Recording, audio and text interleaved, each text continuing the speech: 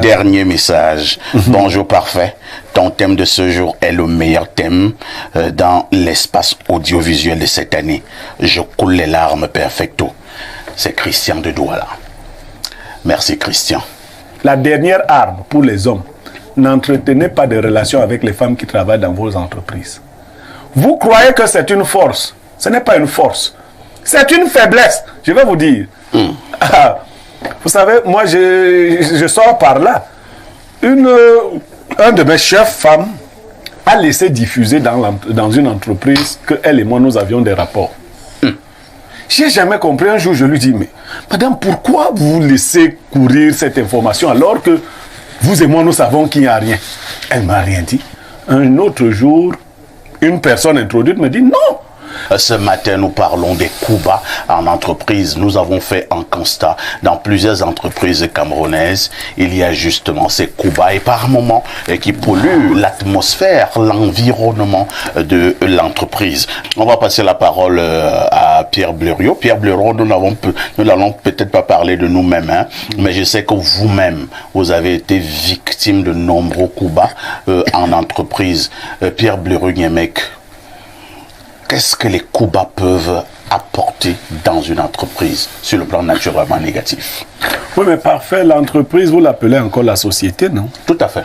En fait, le mot société associé à ce mot entreprise, c'est la société miniaturisée. Une entreprise a les mêmes individus qui vivent souvent dans nos sociétés. Tout à fait. Et nous avons à peu près 5 ou 6 types d'individus. Je vais aller vite. En entreprise, on retrouve les mêmes types d'individus. Il y a le taciturne en entreprise, qui lui n'a vraiment pas le temps des gens. Il est concentré dans son boulot. Il ne fait que travailler. Il ne sait même pas ce qui se passe. Il y a le colporteur. La dame ou l'homme qui fait le Congo, ça? Bon, lui, c'est un type déjà qui n'est très souvent pas compétent. Toujours. Il n'a pas grand-chose à faire. Pendant que les autres travaillent, lui, il dérange. Mais il est là pour aller se faire faire bonne figure auprès du patron. Il y a.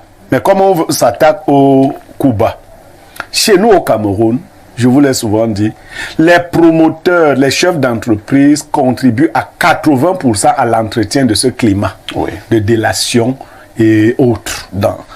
Parce que c'est vous qui donnez la tonalité. Même dans votre maison, un mauvais papa est un papa qui dit aux enfants de venir lui dire souvent ce que maman a fait quand il n'était pas là. Il y a donc des patrons qui agissent comme ça, qui épient les collaborateurs et tout le monde. Il y en a même qui vont plus loin, jusqu'à utiliser les collaborateurs de sexe opposé pour avoir les informations jusqu'au nude. Ah bon? Incroyable. Ils disent que c'est pour tenir les gens. C'est même quoi cette affaire de tenir les gens? Maintenant, dans une entreprise, Lazare Zabola fait remarquer, vous devez faire attention lorsque le patron commence à admirer votre rendement. Vous devez faire attention. Le premier coup bas de l'histoire de la Bible, c'est un coup bas entre deux frères, Caïn et Abel.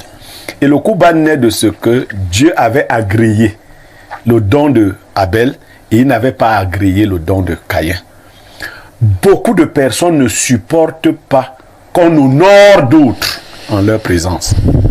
Du coup, moi je donne comme conseil au patron de ne pas souvent exalter de manière permanente, de manière compulsive les bons employés. Vous pensez que c'est pour susciter l'émulation, mais ce n'est pas toujours l'effet que celui-là reçoit, parce qu'après, votre patron, moi j'ai travaillé dans une entreprise, je vais un peu parler de moi. Pendant les 6 premiers mois, le boss m'adorait. Et il disait que du bien de moi. Mais après, ici, le type là ne voulait même plus me sentir. C'est comme si on avait mis le caca sur moi. Mais à force de dire que chaque jour Blériot a fait, que Blériot a suggéré, j'ai eu des collègues, je mettais sur pied une structure qui fonctionne. Un collègue allait payer des imbéciles pour aller gâter la structure. Alors, simplement, ça a commencé à monter. La haine, le patron a commencé à me haïr carrément. Je me suis posé des questions. Et malheureusement, j'avais dit à ce patron, les individus que tu protèges le plus aujourd'hui, c'est eux qui te feront tomber demain. Je le lui avais dit. Ah oui. Oui, je le lui avais dit. Parce que, bon, pour ceux qui me connaissent, on dit que c'est le courage, mais moi, je ne sais pas si c'est le courage. Je cause souvent avec mes patrons et je leur dis ce que je pense. Donc, aux patrons, faites attention à ces individus qui colportent. Il faut faire très attention. Regardez leur propre rendement et leur moralité. Moi, si j'ai des reproches à faire à un collègue, je préfère m'adresser au collègue. Lui dire, améliore-toi. Quand même deux collègues se battent, si vous êtes un chef ou un collègue, facilitez la réconciliation. Quand j'ai dit ici hier que j'étais un homme honnête, quelques personnes, je le dis et je le revendique, je le suis. En entreprise, si je vous trouve en conflit, au lieu de le premier qui va aller voir le patron pour dire que tel et tel, non. Mais vois comment tu peux faire en sorte que la bonne humeur, la bonne ambiance se remette en place. Maintenant, il y a un dernier cas. Hein. Il y a des démons. Il y a des gens qui sont là pour détruire tout. Que ce soit une femme, un homme que vous épousez, un collègue, il y a des gens, dès qu'ils arrivent dans votre entreprise, si vous ne le détectez pas vite, ici, vous allez vous réveiller quand toute l'entreprise sera détruite. Parce que c'est sa mission diabolique. Oui, et ils sont très malicieux. Très malicieux. Ils sont si fins qu'ils réussissent souvent à gagner la confiance et l'estime de beaucoup. Ils sont souvent là, à l'air gentil, à l'air avenant, mais de véritables vipères. Donc, il faut faire attention. J'attire encore l'attention des promoteurs, des chefs d'entreprise. Vous devez... Quelqu'un d'autre a dit dernièrement qu'un bon polygame, c'est celui qui... Non. Un homme, un vrai polygame, écoute chaque femme quand elle parle des autres. Ça, je vous dis donc, parce que vous devez venir en formation en polygamie. Moi, quand tu parles de ta coépouse et que je décèle la méchanceté. De la méchanceté dans tes... Elles savent. De l'envie. Je décèle de la jalousie. De la méchanceté. Parce que quelqu'un peut même donner l'impression qu'il te donne un bon conseil. Mais au fond, comme elles sont nombreuses chez moi, c'est qu'il faut réduire le nombre. Pourquoi? Si je décèle cela, je te le fais remarquer. Et j'arrête ça tout de suite. Beaucoup d'hommes et de patrons n'ont pas ce courage. Si le premier jour où un collaborateur vient vous parler des gens, moi, j'ai été chef quelque part. Pendant que tu es en train de parler, je lance un appel à celui dont tu parles. Il décroche, je lui dis retrouve-moi au bureau. Et toi, tu restes là. Bon, quand Aïssi vient, il s'assoit, je te dis Lazare Zambo, reprends un peu ce que tu me disais là concernant Aïssi. Si tu commences à guébéiller, pas à bégayer, commence à guébéiller, reprends devant Aïssi ce que tu me disais là maintenant.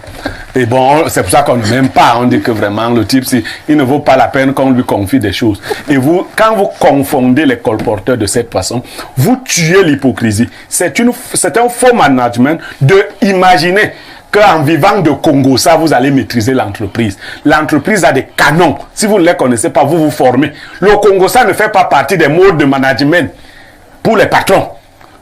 Ça ne fait pas partie d'une technique de management. Très bien.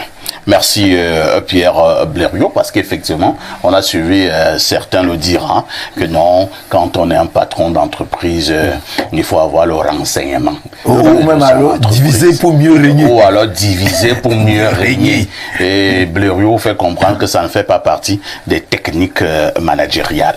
Dans notre contexte, les patrons, dans la plupart des cas, se servent au cadre comme des fusibles ou comme des paratonnerres. Vous comprenez?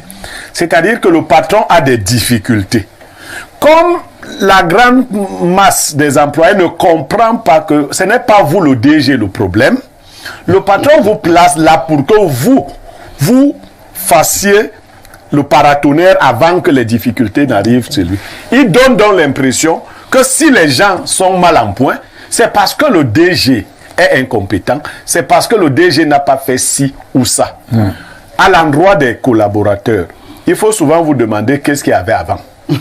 Parce que avant, oui, qu'est-ce qu'il y avait avant? Parce que les collègues et collaborateurs doivent être capables de faire des comparaisons. Ok. Un DG, un directeur de ci ou ça, n'est pas un dieu qui a un bâton magique. Il arrive et il fait un tour de main et tout change. Bon, le hasard a donné ses conditions. Moi, aujourd'hui, si je dois être chef dans une structure, ça ne va pas. Je n'ai même pas besoin qu'on me protège. Mais j'ai besoin d'être celui qui dirige. Voilà. Merci beaucoup. Pierre Blériot Niémé, que les entreprises camerounaises sont engluées dans les coups bas. Parfois, ce sont les coups bas qui dictent la loi dans bon nombre de ces entreprises. Que devons-nous faire pour retrouver l'équilibre? Ou alors, il n'y a même pas d'espoir? Non, parfait. C'est vrai qu'on a fait un clivage entre les compétents et les incompétents, mais il arrive aussi que les compétents fassent des coups bas à d'autres compétents ou même à des... Oui. Ce qu'il faut faire, je vous ai dit que l'entreprise, c'est comme la société. Quand vous arrivez dans un milieu, prenez d'abord le temps de prendre le bon pouls de ce milieu. Il ne faut jamais se précipiter, et il est même dangereux que vous arriviez dans un milieu par le sommet. C'est très dangereux, c'est la chose la plus difficile. On vous confie une entreprise dans laquelle vous ne travaillez pas directement comme le chef de cette entreprise. Vous ne connaissez pas les personnes. Quand vous êtes dans une structure, apprenez à connaître les gens. Et apprenez aussi à créer votre réseau. Là, maintenant, je parle d'expérience. Vous savez, pour résister dans une entreprise, j'avais en face de moi un Korkotongo très fort. Oui, un Korkotongo très fort. Mais pour résister le temps pendant lequel j'ai résisté, je me suis fait de belles alliances. Vous comprenez? J'ai quelquefois mis ma compétence au service d'autres Korkotongeurs qui pouvaient le moment venu, parce que vous n'êtes pas encore de leur milieu. Vous comprenez? Si vous tombez seulement comme ça, on dit non. Et puis, doser progressivement. Là aussi, je dis, quand vous arrivez dans un milieu, si le milieu est trop médiocre, à ceux qui sont très intelligents, faites attention. N'apportez pas toute votre intelligence d'un trait. Ça va vous attirer toute l'inimitié. Ne montrez même pas au patron tout ce que vous savez faire. Il faut doser progressivement. Parce que le patron lui-même, qui peut développer des formes de compétition, peut prendre peur.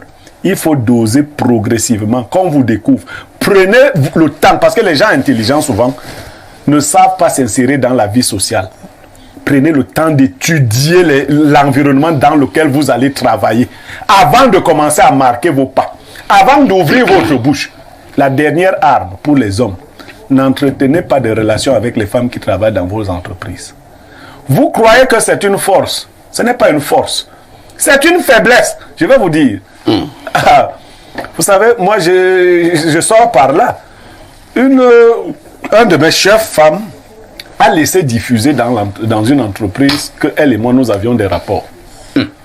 J'ai jamais compris. Un jour, je lui dis, mais madame, pourquoi vous laissez courir cette information alors que vous et moi, nous savons qu'il n'y a rien? Elle ne m'a rien dit. Un autre jour, une personne introduite me dit, non, elle le fait parce que chaque fois ton nom remonte comme étant la personne qui peut occuper sa place.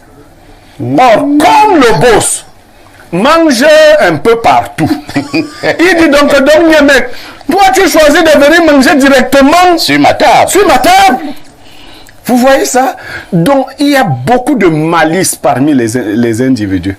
Maintenant, il faut souhaiter d'avoir quand même un patron qui a un certain niveau d'élévation, un certain aplomb.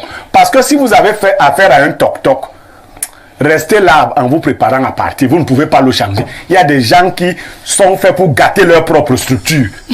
C'est-à-dire que si tu en as pour 5 ans, aide-le à gâter. Parce que lui, il est toc-toc. Il ne comprend rien.